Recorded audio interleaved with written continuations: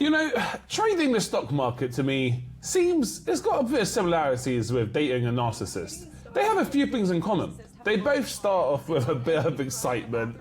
They both promise you the future that doesn't really exist. And they both usually end on a Friday night with with someone else, crying in the bathroom while a bank account somewhere nearby is probably drained.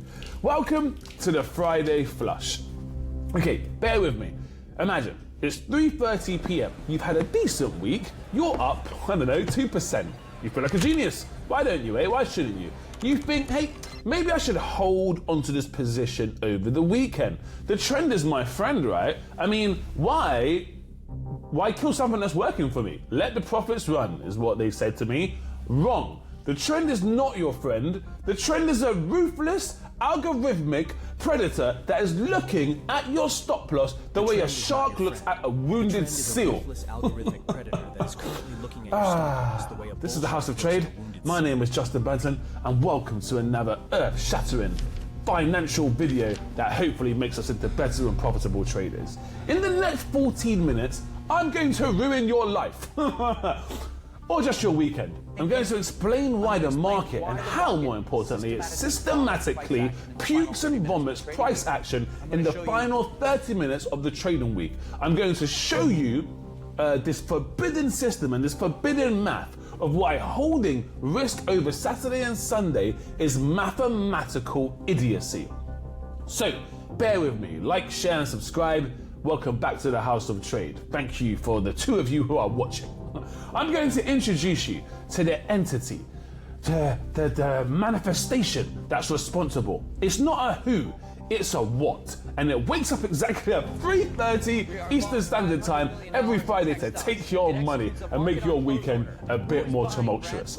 So if you think the market moves on fundamental analysis, click off this video right now. Go and watch Kramer on one of those news networks. This video is for adults who actually want to know how that sausage is made. And for the vegans who want to know how the quinoa is packed, or whatever the vegans eat, you know. And why, more importantly, the sausage is made out of chunks of your portfolio, your happiness and your hairline. So, let's begin. Let's start by destroying a religion. Your religion. Many people's religion. The Church of the Buy the Dip. BTFD, that one. Sounds like a, BDSM movie, but it's not, okay? It's buy the dip. You've been trained like a Pavlovian dog, haven't you? Price goes down, what do? You buy! Why? Because for the last decade of free money, the whole paradigm of quantitative easing, that worked, obviously, right? They came and they saved us. But on a Friday afternoon, buying the dip is not investing.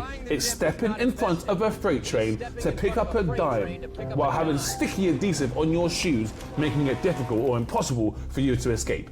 Here is the analogy you need to burn into your brain. Imagine the stock market is a booming, bumping, rapacious nightclub. Monday through Thursday, the party is raging. Liquidity is flowing, so are the drinks. The drinks are served very cheaply and with alacrity. Everyone's dancing, even people like me who have two left feet. But at 3:30 p.m. on a Friday, the bouncer, big dude, turns on the ugly lights. The music stops and the bartender, who is the market maker in this story, needs to clean up the floor, and he needs to give you a mirror to show you what you really look like. A sweaty, broke mess.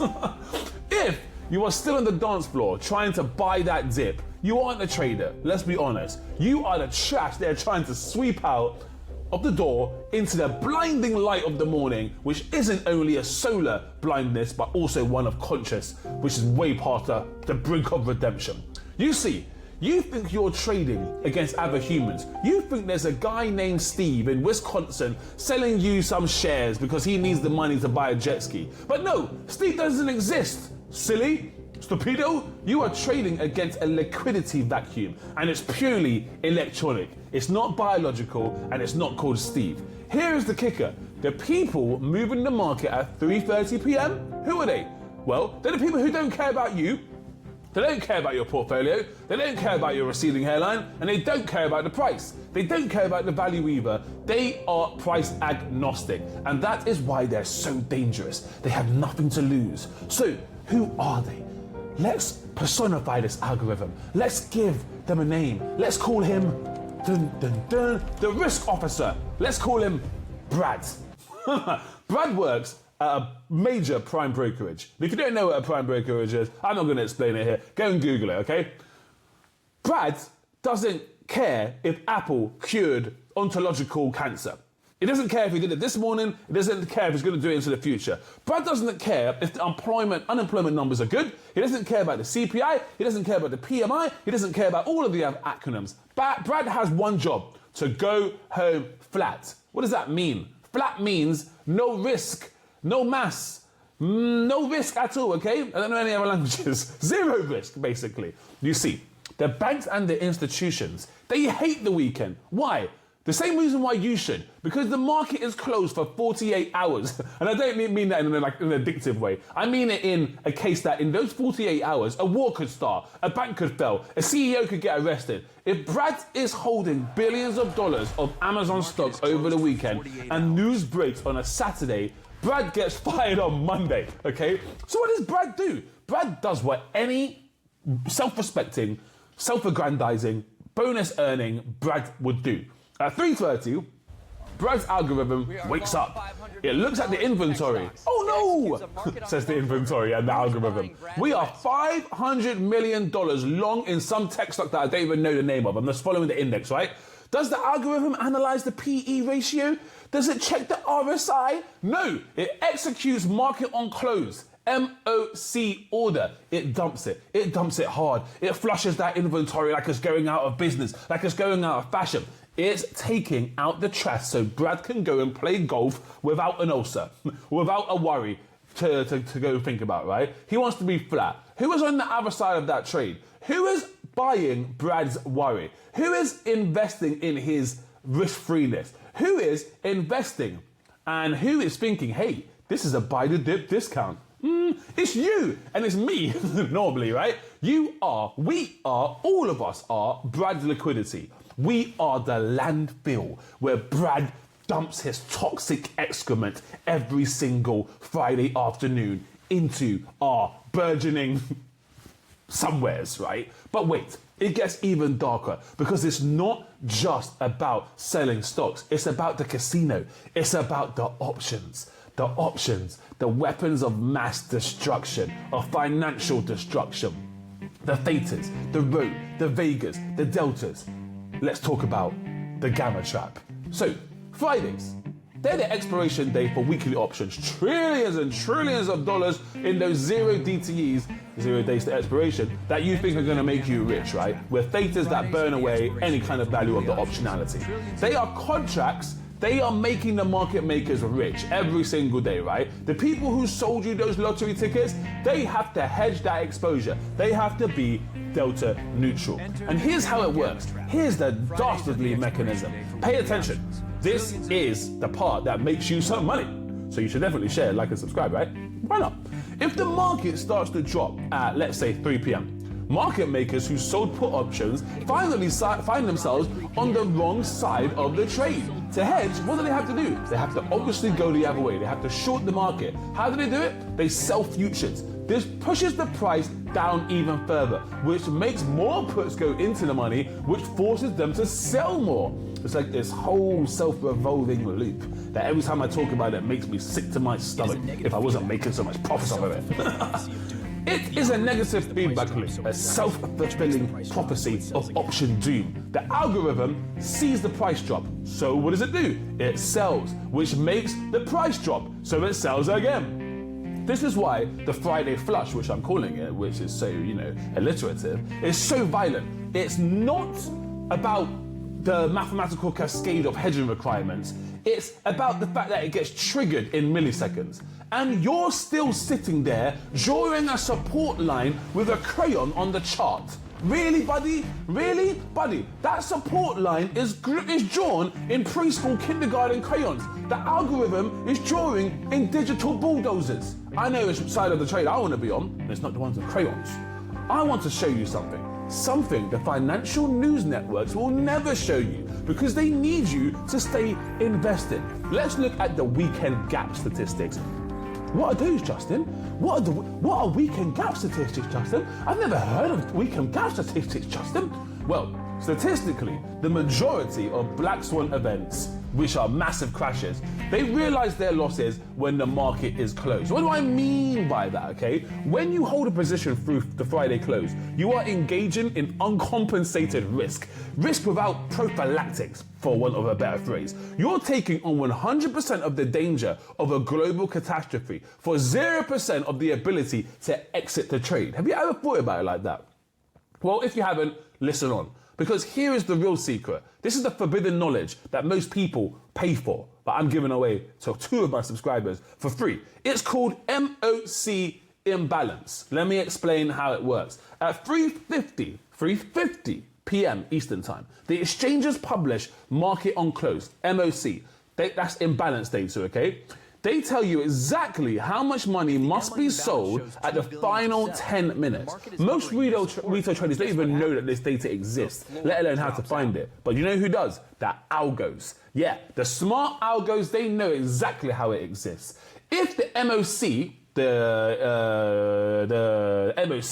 I forgot the acronym, market on close data, if the market on close data shows an imbalance of let's say 2 billion to sell, and the market is hovering near support, guess what happens? Yes, that's what happens. The floor drops out like a bloody pelvic floor muscle of a 80-year-old geriatric. The flush isn't a surprise. It was announced 10 minutes beforehand. You just weren't listening because you were too busy looking at a beautiful candlestick pattern from the 1980s on Japanese rice socks, which makes no sense. Let's be honest. Now, I know some of you are typing in the comments, but I'm a long-term investor. Time in the market beats time in the market, as Warren Buffett says. Stop. Have some self-respect for yourself. You're a trader, goddammit, my good sir. Have some more respect for what you've built. If you are buying the S&P to hold for 30 years, fine. Close your eyes, pee in the wind, don't worry, right? This video isn't for you. Go play with your grandkids or think about the future. In a prudent way, of course. But let's be honest, most of you aren't. Most of you are degenerates like me. You're not investors, you are gamblers with a Robinhood account. You're buying those 0 DTE calls because you want to feel something. You want to feel good. You want to feel like you're alive again. Every tick that goes on it percolates your testosterone or your estrogen and it makes you feel good. Because here's the hard truth that you don't want to hear. Most of you will unsubscribe when you listen to me say it. If you are buying short-term options on a Friday afternoon, you are essentially donating your paycheck to Citadel, to the BlackRocks, to all of these people who are harvesting the liquidity. Because you know what? We are the liquidity if we're doing that. You are the fish at the poker table. The system is designed to extract premium from you before the weekend. And if you're around the poker table and you don't know who the mark is, what does that mean, boys and girls? Yeah, that's right. It means you're the mark, right? They rely on our greed. They harvest our avariciousness. They rely on the hope. But we all know that hope is not a strategy. Hope is what you have when the algorithm has already trapped you. Please turn around. Please, you start praying to every single god you've known, right? On all the pantheon of gods. Please, if you turn this around for me, please, I swear I'll never do it again, I swear. But the Friday flush is the tax on that hope. The Friday flush is the slap that slaps you around the face that says, hey, you didn't go to church for the last 30 years and now you want to call in a favor. So, in wrapping up, because this is getting incredibly theological, tell me in the comments, what is the most money you've ever lost between 3:30 and 4 p.m? Please, I want to know. I need to know what these trades are. I need to know what's been going on, okay? Because, to be honest with you, there's a lot of money to be made in these markets, but there's also a lot of money to be lost. Which side are you going to be on? I don't know. Are you trading the market or are you trading your own emotions? There's many analogies that I could probably say, but I've forgotten most of them to sound smart. I just want to talk about one last thing. The flush isn't a surprise. It's never a surprise. You're just not looking for it. The market is always a transfer mechanism, right? From those who are impatient to those who are patient. On Fridays, that transfer mechanism is brutal and it goes from delusional to that algorithmic.